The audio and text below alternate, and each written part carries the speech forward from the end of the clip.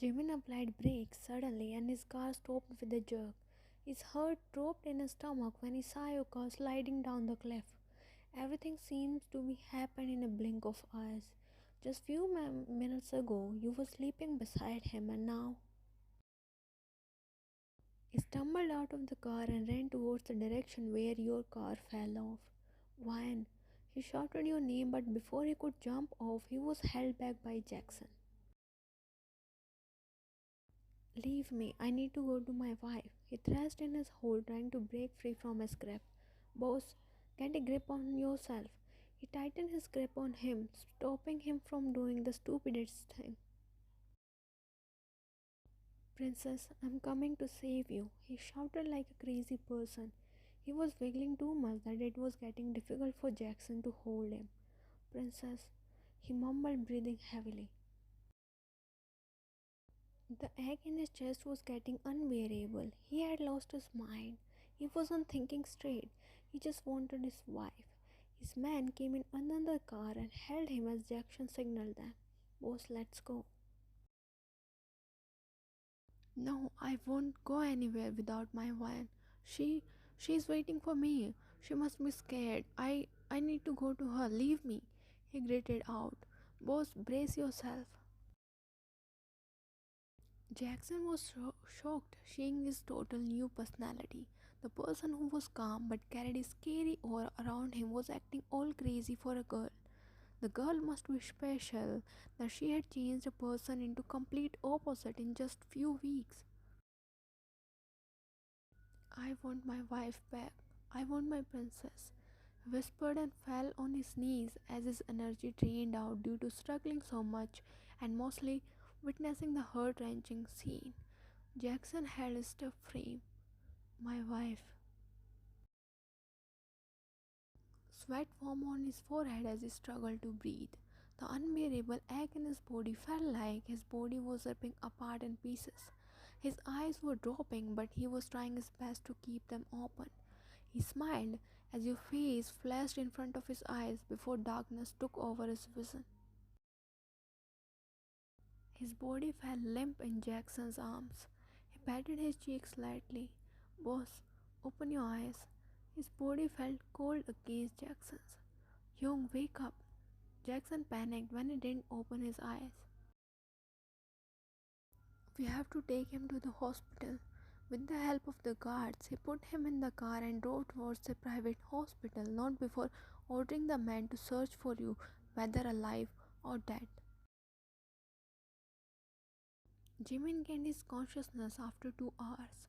He whimpered and held his head, which was throbbing in pain.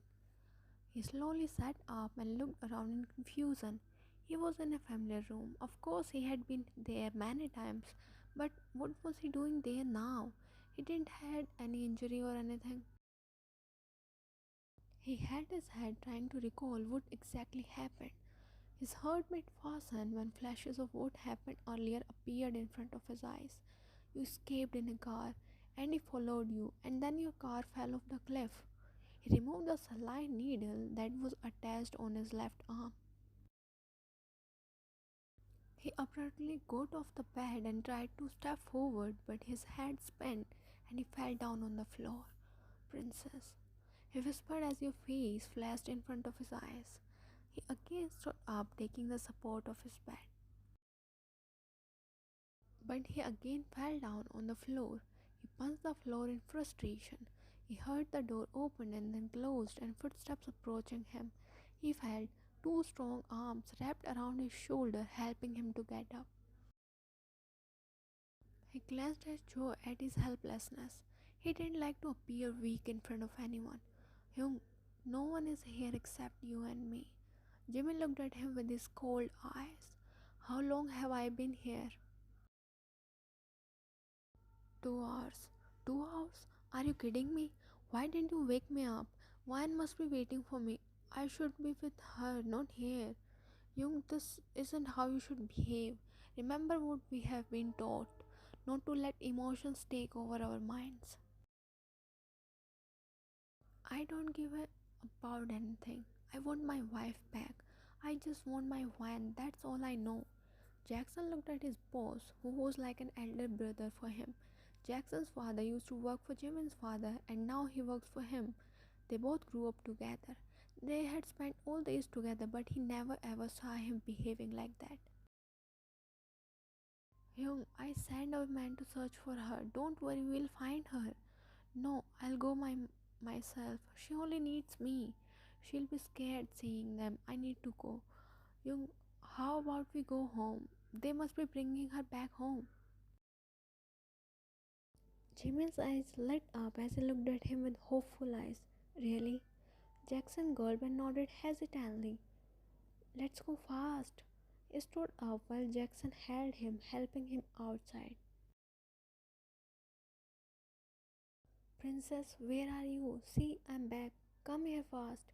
He shouted excitedly as soon as he stepped inside. Jackson looked at him sadly. Princess, he shouted again, but it echoed in the huge mansion because the one who should hear it wasn't there anymore. You said they took her back home, then why isn't she coming to me? He asked Jackson, who was speechless, trying to find words to make an excuse. He was cut off when the guards entered inside the mansion. Jimmy turned to them. Where is my wife? Boss, the car was in a bad condition. I don't give a damn about the car. Tell me, where is my wife? They flinched and gulped in fear. The river flow was very fast. We couldn't find her. He couldn't complete his sentence and fell on the floor lifeless when a bullet pierced in the middle of his forehead. She isn't dead. She's alive. Dare to call her that again, he roared, fuming with anger. You all are useless. I'll find her myself. He turned to leave, but Jackson held him. Boss, I'll go and find her. You should stay at home. What if she comes back and doesn't find you? Jimin thought for some time and nodded. Right. I'll stay back but bring back my wife soon. She must be hungry. It's her lunchtime and she didn't even have her breakfast. Jackson got the lamp that formed in his throat and went away, followed by the guards. He came in his room and a smile made its way to his lips as the scent hit his nostrils. He walked to the bed and lay down on your side, hugging your pillow to his chest. Come soon, princess. I'm missing you so much. Your scent calmed him and he fell asleep in no time. Did you find her? No, she's dead. If she came out alive through the accident, then she must be eaten by the aquatic animals. That is why anyone couldn't find her body till now. And that was his last words before his blood splashed on the walls of his home office as a bullet pierced through his head. Bloody useless. He reached out for his handkerchief and wiped the blood off his face and gun. Jackson, who just came inside hearing the gunshot, sighed as he found the man dead. His blood sprawled all over the floor. Clean the mess. Jackson sighed and called the guards who came and took the dead body and wiped the floor clean. Young, that was the fifth person, he said as soon as they were alone in the room. Do I look like I care? He was talking about my wife. It would be a shame if I would have left him alive. It's been 8 months. Everyone believes that she is no more. Why can't you accept the truth and move on? You can get any other girl more better than her. He flinched when Jimin pointed his gun at him. I'm respecting the time we spent with each other, otherwise, you would be dead by now. Think before speaking something about my wife because I won't think twice before emptying the bullets in your skull if you dare to talk like that next time. You love her, don't you? Jimin sighed and put his gun down. His shoulders slumped and he looked away. Young, you know I'm always there for you. You can tell me. Jimin looked at him, vulnerability glistening in his eyes. I do. I don't know why, how, or when, but I do love her. I see my whole world in her. I I thought it was a mere infatuation. I also thought the same, that it was an infatuation or a mere obsession which will die down once I have her, but she made me crazy for her. She engraved her name on my heart. She held my eyes that I don't want to look at anyone who is not her. I tried to remove these feelings off my mind, but knowingly or unknowingly, I was always drawn back towards her. I find peace in her eyes, solace in her smile, and home in her arms. I know I sound like a pathetic teenage lover boy, not a cruel mafia boss, but that's what she did to me. She left after making me addicted to her. It's suffocating for me to even breathe without her. And trust me, I feel she is alive. I know she is breathing somewhere. I can feel it. My heart, which I didn't know exists, is beating, telling me that she is alive with every beat. He placed his hand on his chest where his heart was beating unevenly. I it wants her to have its space back. She is alive because if she would have died, I would have followed the next second. Jackson was too stunned to speak. What he heard or saw was a completely different person from who he had been seeing till now. I'll burn the whole world if I didn't get my princess back, he said with determination lacing his tone, and left from there, leaving an astounded Jackson. He instantly smiled, coming inside his room, which was now filled with your pictures. He took one of your photo frames and sat on the floor beside the window where you used to sit. Princess, how have you been? I hope you are doing good and eating well. Yeah, how will you eat well when I am not there to feed you? I hope you are missing me just like me. He smiled sadly and kissed the picture with his thumb. Just a little more time. I promise I'll come soon to take you back. I promise I'll make everything right. And I won't lock you up this time. I promise. You can go anywhere you want. I'll take you to the far corner of the world if you will say. I won't hurt you this time, I swear. But please come back or give me a hint. I'll come there running to take you back. No, I can't sleep because you are not here. Even your scent has faded away from the room. I hope you are safe wherever you are. I whispered and hugged the frame close to his chest where his heart was beating loudly. He closed his eyes and leaned back on the wall, letting his mind to drown in your memories. He smiled when you smiled, your sleeping face, your eyes, everything appeared in front of his eyes. He had a firm belief that you were alive, and that was what keeping him alive. He didn't care about anything else. He had completely lost himself after that accident. He didn't care about work nor about himself. If Jackson won't feed him forcefully, he won't gulp a single bite down his throat. He had really gone crazy. He spent his most of the time in his room talking to practically nothing but your photos.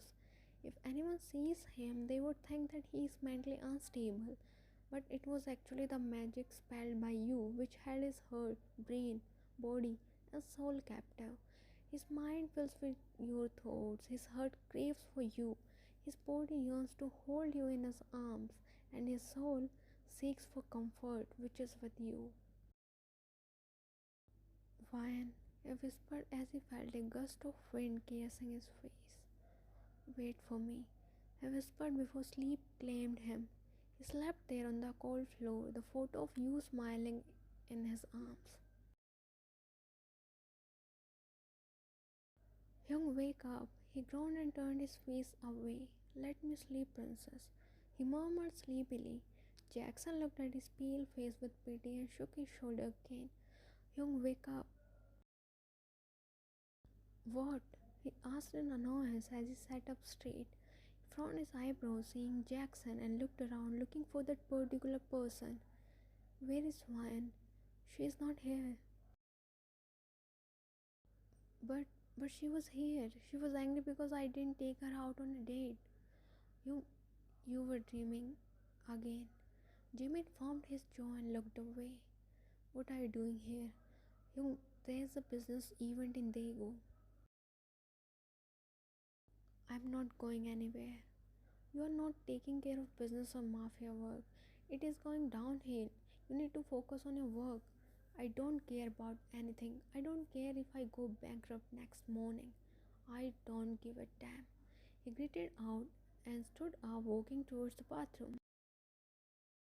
Jackson decided to press his weak nerve, knowing he won't deny after that. What if Vine is there? We need to search in other towns too. Jimin halted midway and turned back to him. When do we have to leave? In an hour. He nodded and went inside the bathroom. Jackson sighed, feeling guilty of using your name as an excuse, but it was necessary to take him out of this house, to distract him, and work was the best distraction for him. His eyes fell on your photos. He smiled slightly and left from there. Jimin and Jackson were on their way to Daegu. Jackson was driving while Jimin was lazily looking outside. His mind was occupied with your thoughts. The car stopped on red light. Jimin closed his eyes, relaxing on his seat. The car again started moving on green light. Jimin slightly opened his eyes when light disturbed him. His eyes fell on the rear view mirror. He jolted up when his eyes caught a familiar figure. Stop! Stop the car! Jackson flinched and pressed the brakes, and the car stopped with a jerk. He got off the car and ran in the person's direction, but there was no one. He breathed heavily and held his head looking around when his eyes caught a figure across the road. Vine! He shouted, calling her name. Vine, stop! He shouted on top of his lungs and ran in the middle of the road, creating chaos on the road. He didn't care about getting into an accident. His eyes were stuck at a particular person like she was fade away if he dared to blink his eyes. The person honked their vehicle, but he was running on the road yelling like a madman. Princess, stop, please. He stopped abruptly when a car drove past him. When he again looked at the direction, there was no one. Vine, where are you? Come back. He looked around. He felt someone holding his wrist and he was dragged at the roadside by Jackson. Are you mad? Why are you running in between the vehicles? What if you got into an accident? Vine, I saw her. She was here. Vine, where? There. She went there. He pointed at a particular direction. Young, there is no one. I saw her, okay? She was here. Young, let's go. No, Ryan, I need to find her. Let's go. He dragged him towards the car while he kept looking back at to get a glance of you. He made him sit inside the car and drove away.